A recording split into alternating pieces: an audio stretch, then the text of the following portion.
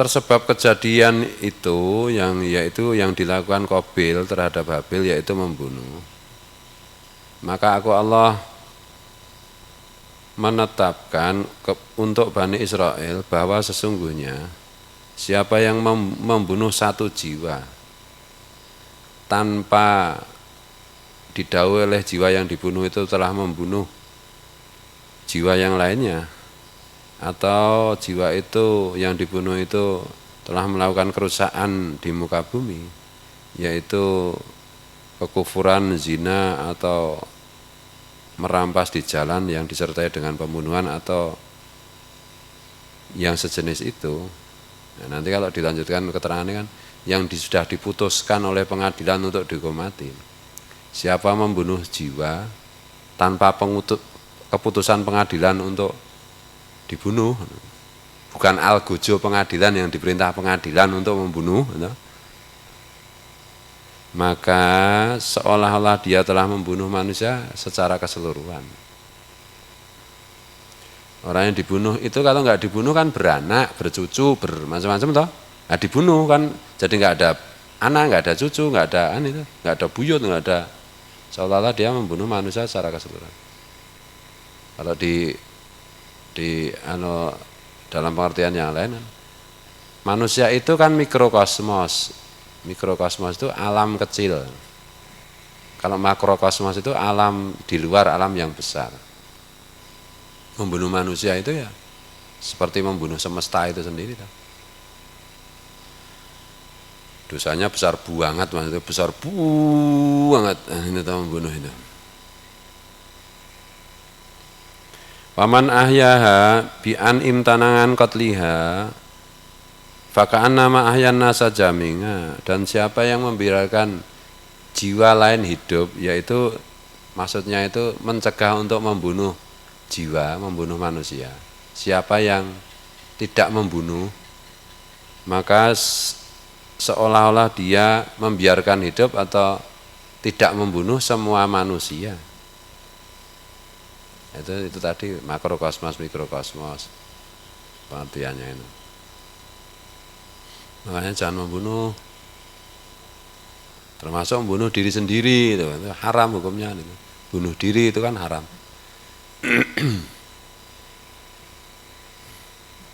Nah, ini yang siapa membunuh seseorang tanpa perintah pengadilan. Perintah pengadilan itu yang diperintahkan cuma algojo. Pengadilan memutuskan orang ini telah membunuh orang lain dan ditetapkan dihukum mati. Ya, pelaksanaannya kan cuma algojo toh. Algojo itu petugas pelaksana hukuman mati. Nah, biasanya kan kalau di Indonesia itu algojonya itu banyak, berapa ya? Berapa tahu jumlah penembak itu untuk hukuman mati itu?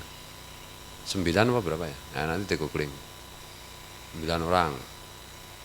Semua membidik jantung orang yang mau dihukum mati. Nah, sebenarnya yang ada pelurunya itu cuma 1 bedil.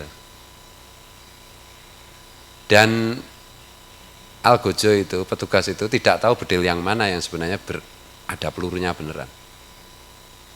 Itulah.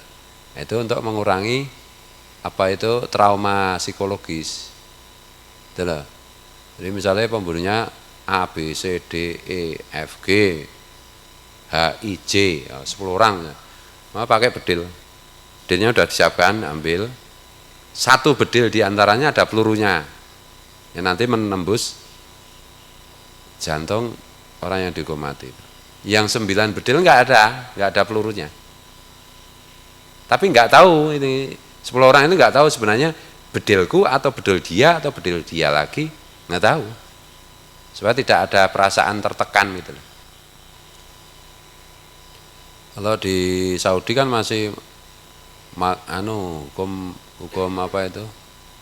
Hukum pancung ya. Masih hukum pancung ya. Pancung itu 1 orang bawa pedang, orangnya ditengkurapkan, ini ada pakai pedang, kan itu. Masih kuno lah. tidak memodernisasi diri ya. Ya karena salafi itu. Salah fikiran. Kata Ki Jawis. Salafi itu artinya itu salah fikiran. Jadi fikirannya salah. Ada itu orang Nokromo itu dulu tentara zaman revolusi kemerdekaan. Dia bagian menyembelih mata-mata. Kalau ketangkap mata-mata dia bagian nyembelih. Oh gila kok itu. Iya, gila. Ya enggak kuat toh anunya. Diubah makanya itu sekarang Algojo itu caranya begitu gitu.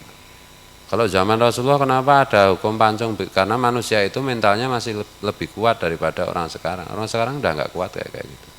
Nah kan pelaksanaan itu kan disesuaikan dengan keadaan. Di zaman Rasul itu Algojo menebas leher orang yang terhukum mati misalnya. Tapi kayaknya juga belum pernah ya dalam sejarah itu. Hukuman mati oleh Rasulullah itu kayaknya cuma sekali aja yang rajam itu ya. Ya, ya hukum pancung nggak pernah ya, belum pernah ya dalam sejarah itu. Orang dulu memenggal kepala orang itu aspek psikologinya itu masih tidak seperti sekarang itu orangnya itu psikologi orang itu kan rentan lemah, masih kuat mentalnya itu. Sekarang udah nggak kuat kayak gitu, ya bisa gila beneran. Zaman Rasulullah itu kan ada perempuan menghadap Rasulullah mengaku telah berzina. Itulah. Perempuan nggak punya suami, mengaku perempuan pernah bersuami menjanda. Saya lupa namanya, nggak disebut juga itu. Janda itu atau orang yang sudah menikah itu kalau zina itu kan hukumannya rajam kan itu. Di masa Rasulullah itu. Nah janda itu mengaku dirinya telah berzina dan hamil memang, nggak ada suami. Dan Rasulullah, oh kamu berzina benar. Rasulullah itu sebenarnya dilapori nggak suka, karena kalau dilapori itu harus melaksanakan aturan itu. Kan Rasulullah kan berkomentar seandainya kamu diem itu lebih baik kan itu. Tapi kalau ngomong di depan publik, ya hukum harus dilaksanakan. Nah hukum Islam itu kan lebih kepada preventif filosofinya itu, mencegah jangan sampai terjadi. Itulah. Dan Rasulullah ya udah pulang kamu kan hamil, udah nanti kalau udah melahirkan bayimu udah kuat kamu kembali ke sini lagi. Ya, kemudian perempuan itu ini di kitab Riyadhus Shalihin itu. Dan setelah itu kembali ke Rasulullah, udah anakku udah kuat, udah saya sapeh atau gimana, udah nyusui itu minta dihukum rajam. Kemudian hukum rajam itu kan sebenarnya nggak sakit sih. Prinsipnya itu kan cuma mengalirkan darah seperti bekam tapi terus menerus sampai kehabisan darah, meninggal karena lemas. Jadi dikubur gini, tinggal kelihatan apanya, terus kemudian dilempari kerikil kecil-kecil. Kerikil kecil kan dilempari kan bikin luka. Kan nggak sakit cuma dihujani kerikil kan cuma kayak gatal-gatal gimana, tapi kan keluar darah. Lama-lama kan habis darahnya. Nah, nanti kan kalau sudah kehilangan banyak darah kan udah pingsan, udah enggak. Jadi malah enggak sakit sebenarnya rajam. Bukan batu segini-segini, kerikil kecil-kecil. Dan Rasulullah kan bersabda mengapresiasi orang itu. Tobatnya orang ini itu gimana saya agak lupa ya hadisnya. Tapi intinya itu hebat banget lah. Dan Rasulullah itu sebenarnya enggan itu maksudnya begini loh, dosa itu kalau belum sampai ke pengadilan kan bisa bertobat. Nah, nanti ayat berikutnya ini. Tapi kalau sudah sampai pengadilan dan terbukti harus dilaksanakan kan itu. Nah, Rasulullah itu kan sumber cinta kasih, sumber belas kasihan. Kok ya dadak ngaku ya ngapain, enggak dadak ngelapor ya ngapain sih? Udah pergi tobat kan selesai, nggak usah dilaksanakan itu. Tapi Rasulullah kan memuji iman orang ini benar-benar luar biasa. Dia merasa perlu untuk tidak sekedar tobat tapi benar-benar ingin melaksanakan. Nah, itu sebagai contoh, sebagai itibar untuk yang lain. Nah, zina muhson itu zina orang yang sudah menikah, yang pernah menikah atau dalam keadaan pokoknya sudah menikah lah. Apakah pernikahan itu cerai atau terus, itu sudah menikah, itu namanya zina muhsan. Itu kan hukumannya itu rajam. Kalau zina biasa kan dicambuk 100 kali zaman Rasulullah itu, dan diusir 1 tahun. Zina itu maksudnya koitus, kemaluan beradu kemaluan sampai masuk.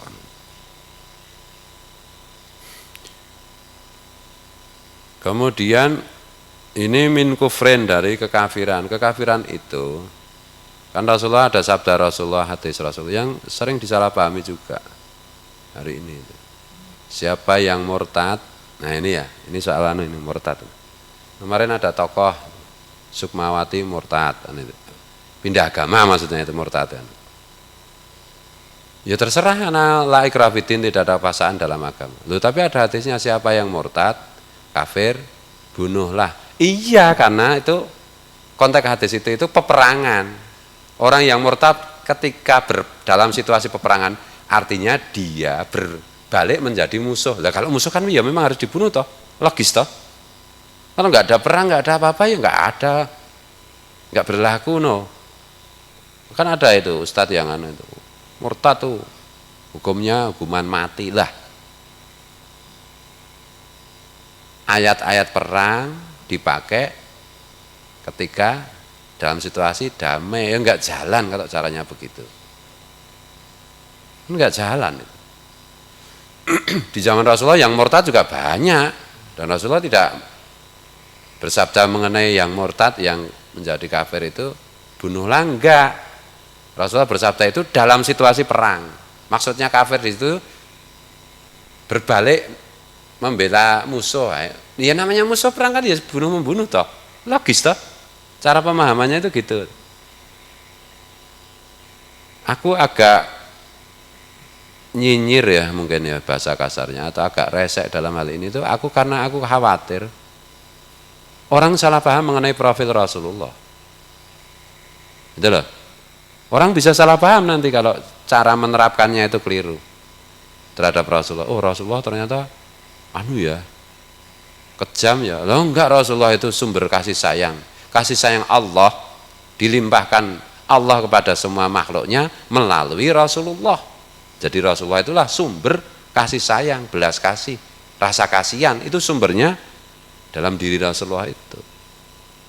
Nah oleh karena itu enggak mungkin memerintahkan sesuatu yang tidak berdasar belas kasih. Rasulullah itu adalah sumber kecerdasan yang diciptakan Allah, yang diberikan Allah untuk semua makhluk Allah, itu sumbernya ditaruh pada diri Rasulullah. Dari diri Rasulullah itu sumber kecerdasan berasal, gitu toh. Jadi pasti perintah Rasulullah itu didasari pada kecerdasan yang kita nggak sanggup melihatnya gitu. Nah kalau penerapannya salah, nanti orang bisa salah paham dengan Rasulullah. Itulah. Makanya saya agak cerewet soal begini ini, karena ini harus dijelaskan. Karena kadang-kadang lupa atau kurang teliti, atau dulu gurunya itu menjelaskannya secara sepintas lalu, dianggap santrinya udah paham, sehingga pada tingkat santri mengajarkan ke santrinya lagi, yang terjadi salah paham. Murtad bunuh. Ya lihat-lihat no. Hadis Rasulullah tentang itu konteksnya apa? Situasinya bagaimana? Maksudnya apa? Dan itu jangan buru-buru, nanti kita gagal paham. Kalau kita terlalu sering gagal paham, nanti citra kita memberikan citra yang buruk untuk Islam dan Rasulullah. Celakalah kita. Nah itu toh. Siapa yang membawa-bawa namaku, kata Rasul, padahal aku tidak begini dan begitu. Siapa orang yang begini dan begitu membawa nama-namaku, padahal aku tidak begini dan begitu, ya sudah, kan itu. Dan seterusnya kan itu Rasulullah memberikan peringatan. Nah, ini kan kayak gitu, bisa terjadi seperti itu. Bagaimana orang mau tertarik dengan Islam kalau Islam disuguhkan tidak seperti Islam yang dicontohkan oleh Rasulullah kan itu. Setidak-tidaknya jangan bertentangan lah. Enggak bisa sama, enggak bisa mirip aja mungkin jauh ya. Tapi ya setidak-tidaknya jangan bertentangan lah dengan tema besar Rasulullah. Kan itu. Jangan sedikit-sedikit keras gitu loh. Rasulullah kan bukan orang keras. Kadang-kadang itu semangat beragama tidak disertai dengan pemahaman agama yang cukup, itu ditunggangi setan. Jadi, pokoknya jangan begitulah, apa begitu kan, Rasulullah itu nggak pernah begitu. Betul. Itu namanya tegas. Nah itu bukan tegas namanya, itu memaksakan kehendak namanya. Ya Rasulullah memang semua ketegasan yang diciptakan Allah itu ditaruh pada diri Rasulullah, semua ngambilnya dari jiwa Rasulullah, dari nur Rasulullah kan itu. Iya memang, tapi nggak begitu yang namanya tegas itu. Apa ya, apa lagi yang kadang-kadang itu ya Allah. Atau ya orang itu dihukum mati oleh pengadilan karena itu tadi begal di jalan, merampas harta di jalan. Zaman dulu kan orang melakukan perjalanan bawa harta benda, kemudian dihadang di jalan, dirampok hartanya, dibunuh orangnya kan, itu kan hukumannya mati juga. Nah nggak ada apa-apa kok, nggak ada pengadilan, nggak ada perintah pengadilan, bukan algojo kok membunuh seseorang, maka seolah-olah dia telah membunuh semua manusia. Dan siapa yang tidak membunuh, mencegah untuk membunuh orang, maka seolah-olah dia juga tidak membunuh semua manusia. Saking besarnya dosa ini. Nanti takwilnya bisa semacam. Kala ngendika sapa Ibnu Abbas min haitsu in tahaki hurmatiha, saking sekarine binasake kehormatane awak-awakan, wasoniha lan jaga awak-awakan, lan ngerusak penjagaane awak-awakan. Ya Ibnu Abbas itu memberikan tafsir yang dimaksud membunuh itu juga bisa artinya membinasakan kehormatan seseorang, membinasakan penjagaan yang menjadi hak orang. Nah, Abdullah bin Abbas itu kan orang yang didoakan Rasulullah supaya dianugerahi Allah bisa mentakwil Quran. Jadi ada tafsir itu maksud, takwil itu breakdown selanjutnya itu. Abdullah bin Abbas itu didoakan oleh Rasulullah menjadi ahli takwil dan makanya pintar memberikan tafsir dan takwil. Tafsir Quran pertama kali itu ditulis oleh Ibnu Abbas, Abdullah bin Abbas itu. Ini kan sepupu Rasulullah itu, putranya Abbas tuh. Paman Rasulullah yang bernama Abbas itu. Abbas itu bin Abdul Muthalib kan itu. Sepupunya Rasulullah, didoakan Rasulullah dan dekat dengan Rasulullah, sering naik onta bersama Rasulullah, diboncengi Rasulullah dan dijadikan anak angkat oleh Rasulullah. Ini didoakan sebagai ahli takwil Quran. Maka kita dalam sejarah Islam itu buku tafsir pertama itu ditulis oleh Abdullah bin Abbas. Itu juaranya tafsir dan juaranya takwil di luar 4 sahabat Rasul kan itu. Makanya kepengen jadi ahli tafsir apa ahli takwil Quran ya banyak tawasul kepada Abdullah bin Abbas kan itu. Ada doanya toh di kitab imdadnya Guru Sekumpul kan ada itu doa tentang agar anak-anak kita menjadi ahli menjadi ahli tafsir dan takwil Quran sebagaimana doa Rasulullah untuk Abdullah bin Abbas itu. Dan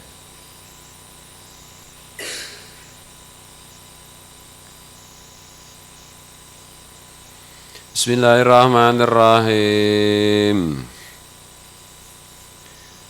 Walaqad ja'athum lan teman-teman wis teka ing dheweke kabeh. Ae Bani Israil tegese maring Bani Israil. Sapa rusuluna pira-pira rasul ingsun Allah, rasule ingsun Allah. Bil bayyinati kelawan bukti-bukti. Al mukjizati tegese mukjizat. Summa inna kasiran tumuli setuhune okae minhum saking Bani Israil ba'da dalika sakwuse ingsun Allah nekakake rasul kelawan bukti fil ardi ing dalam bumi iku la musrifuna wong sing padha musrifun wong sing padha melampaui batas mujawizuna tegese wong sing padha ngliwati kabeh al hadda ing batas bayane bil kufri kelan kekafiran wal qatli lan kelan pembunuhan wa ghairi dalika lan saliyane mengkono-mengkono kufur lan pembunuhan walaqad ja'athum rusuluna bil bayyinat walaqad ja'athum ai Bani Israil dan benar-benar telah datang kepada mereka maksudnya kepada Bani Israil rusuluna rasul-rasulku Allah berfirman rasul-rasulku bil bayyinati dengan membawa bukti-bukti al mukjizati yaitu mukjizat summa inna katsiran minhum ba'da dzalika fil ardi la musrifun kemudian sungguh kebanyakan di antara Bani Israil setelah hal tersebut setelah aku Allah mengutus banyak rasul di bumi mereka menjadi orang-orang yang melampaui batas. Mujawizunal hadda bil kufri wal qatli wa ghairi dzalik. Yaitu orang-orang yang melewati batas hukum yang telah ditetapkan Allah. Bentuknya contohnya kafir, membunuh dan yang lain-lain. Memang tidak mudah ya memahami agama masalahnya itu. Makanya harus ada gurunya kalau ilmunya itu terbatas itu. Nah kebanyakan ustadz hari ini kan kadang-kadang baca Quran terjemahan aja, nggak ada guru. Baca terjemahan itu nggak apa-apa, misalnya kamu santri baca terjemahan Quran nggak apa-apa. Karena kalau kamu keliru kamu bisa tanya gurumu. Kamu punya guru.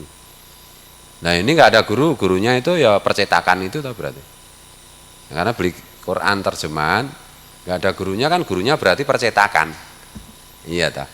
Atau toko yang menjual itu tuh sanatnya kata guru sekumpul. Maka sering terjadi salah paham. Nah Quran ya kan itu. Makanya hari ini tuh banyak yang celebung juga, tapi yang celebung juga nggak apa-apa. Oh itu nanti apa itu membahayakan umat, menyesatkan umat loh. Kalau zaman dulu ketika alat komunikasi terbatas, orang berpendapat ngawur macam-macam. Itu nggak ada yang bisa meluruskan umat itu mendengar nggak ada perbandingan ikut nah sesat. Kalau sekarang ya kita agak lebih tenang lah dalam soal pengetahuan soal pemahaman. Misalnya si A menjelaskan Quran ayat Quran keliru, nanti kan mesti ada reaksi balik. Ulama-ulama lain yang menjelaskan. Umat kan bisa membandingkan mana yang benar kan gitu. Tapi kan belum tentu bisa menyimpulkan benar dan salah. Loh kan ada hidayah Allah. Itu loh, karena agama nggak bisa dipaksakan. Kadang-kadang kan khawatir atas nama umat nanti menyesatkan umat loh. Kalau hari ini ya umat itu bisa memilih dan umat itu cerdas, jangan dikira bodoh kayak zaman ketika kecerdasan manusia itu masih terbatas, orang-orang pinter itu masih terbatas. Sekarang itu orang pinter banget juga nggak banyak, tapi orang bodoh banget juga sudah nggak banyak. Kalau dulu kan orang pinter banget banyak, orang yang bodoh banget juga banyak, mudah tersesat. Kalau hari ini kan rata-rata aja.